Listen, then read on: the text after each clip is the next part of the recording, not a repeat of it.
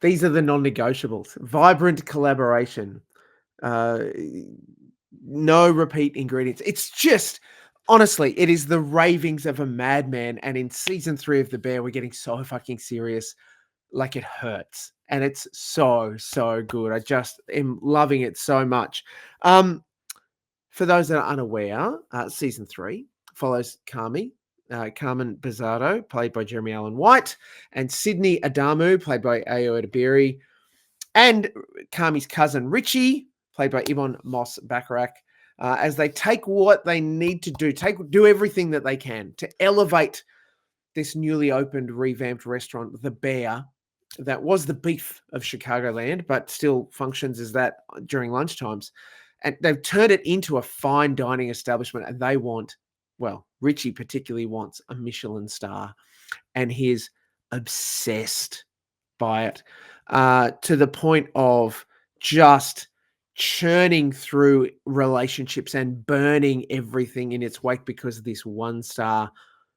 It will be his star. It's for his restaurant. It's haunting him, and he hasn't even got it. And God, it's amazing. It's so incredible because the relationships that we've seen, dysfunctional as they are, grow through the first 2 seasons, are getting some real payoff in season 3. And it is so many levels of stress. If you are someone that works in the industry, you might look at it and think, I cannot watch it. It's just PTSD too much. Totally understand. It is fast. It is harsh. It is brutal. It is at the cost of actual relationship between the players, and that's what's incredible.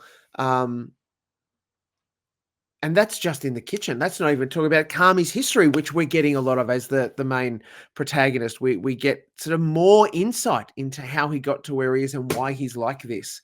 And that in itself is like, it's just amazing. It's just amazing.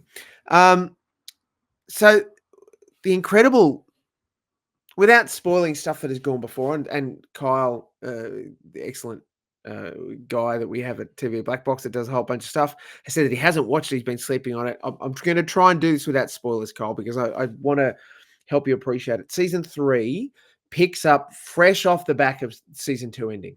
So we're like not very long. Like I think it's the same day, the afternoon of, or the evening after, and we're straight into the aftermath, the broken relationships. And in the midst of it, the realization that Carmi's former abusive CDC built his drive for perfection, and in the process absolutely broke him.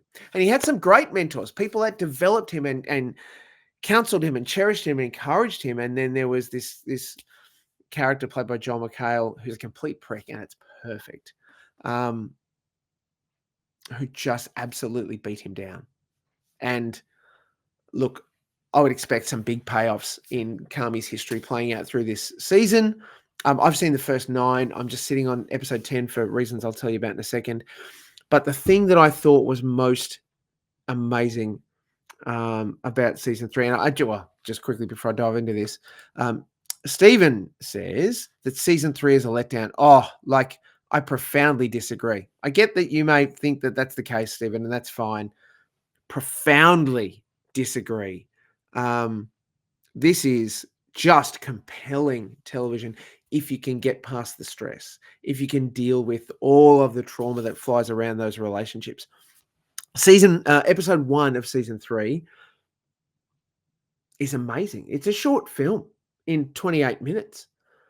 There's not a word spoken in the first 5 minutes of the episode, as we see Carmi's immediate history come to life and how he got to be where he is and his journey to personal greatness and what that's cost him and how it continues to cost him.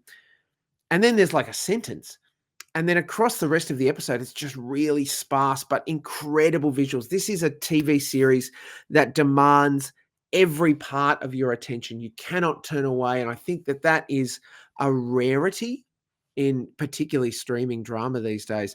This is, you just have to watch. You have to watch, not just because you'll miss something, but because you are drawn so deeply into this world, into the Bears world, where he is broken.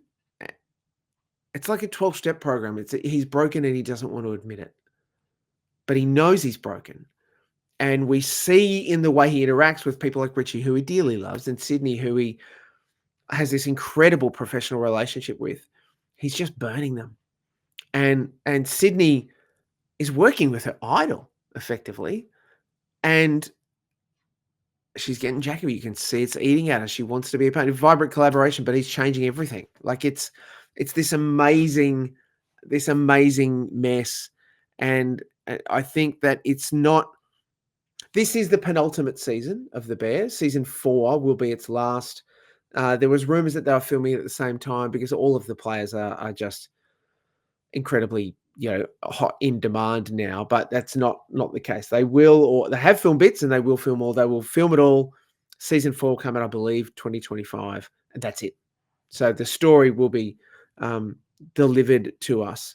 And I think that this season, while there may have been high highs and amazing moments in the past, this is not that, and it's intentional because this is about the reality of Kami's drive and what his history has done to him and how that's being repeated, even though he recognizes it and is trying to stop it. It doesn't have to hit the highs because his life is a fucked up mess, and we have to understand that.